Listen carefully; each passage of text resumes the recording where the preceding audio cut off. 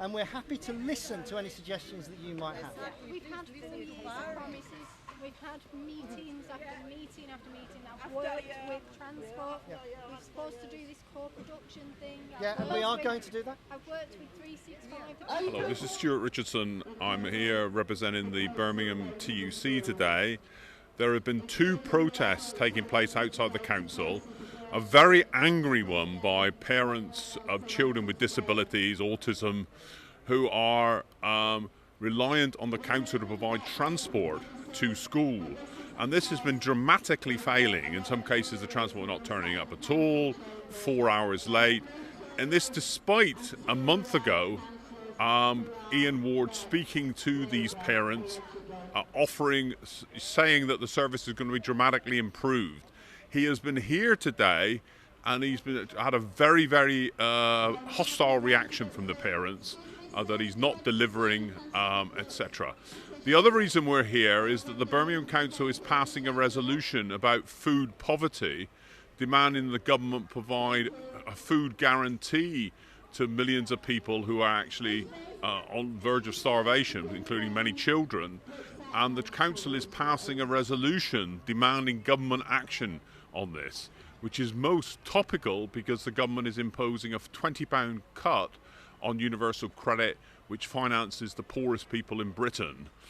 So that's the 2 events taking place outside the council meeting today, and Birmingham TUC Trade Union Council are happy to support both those protests. We've been protesting the inadequate send home to school transport, which has had so many issues as children being taken to the wrong school, parents not knowing who the guides and drivers are, children being stranded at school.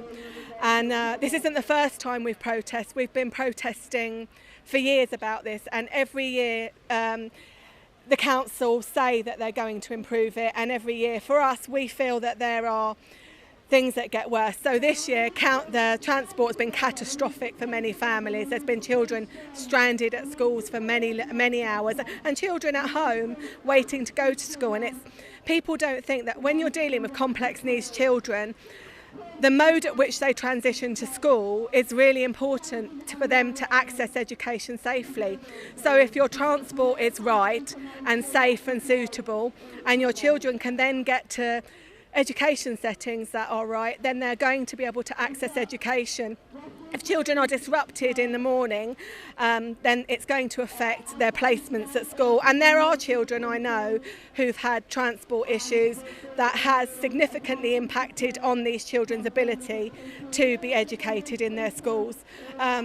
Many of us here don't only fight for transport, we fight for fit for purpose education and healthcare plans, proper school placements, for social care support, for respite, for proper health support.